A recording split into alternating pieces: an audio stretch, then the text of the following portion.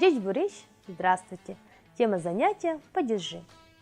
Существительные склоняются по падежам. Большинство неодушевленных существительных склоняются по 15 падежам, а одушевленные существительные склоняются по 8 или 9 падежам. Простое склонение имен существительных. Первый падеж – ниман, именительный, отвечает на вопросы кин, кто, муж, пчела, и мар, что, гурт, деревня.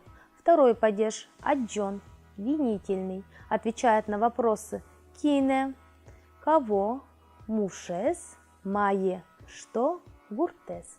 Третий падеж – вожматон, родительный, отвечает на вопросы кинлен, у кого, мушлен, мален, у чего, гуртлен.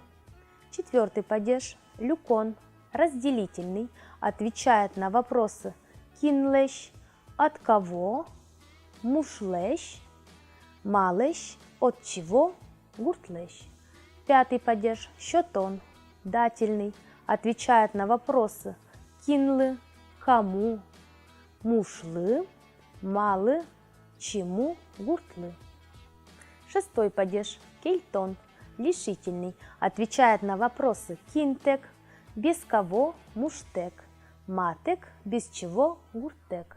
Седьмой падеж – тупан, соответственный, отвечает на вопросы кинья, согласно кому, мужья, мая, согласно чему, гуртья. Восьмой падеж – лещтон, творительный, отвечает на вопросы кинен, с кем, мушен, маин, с чем, гуртен.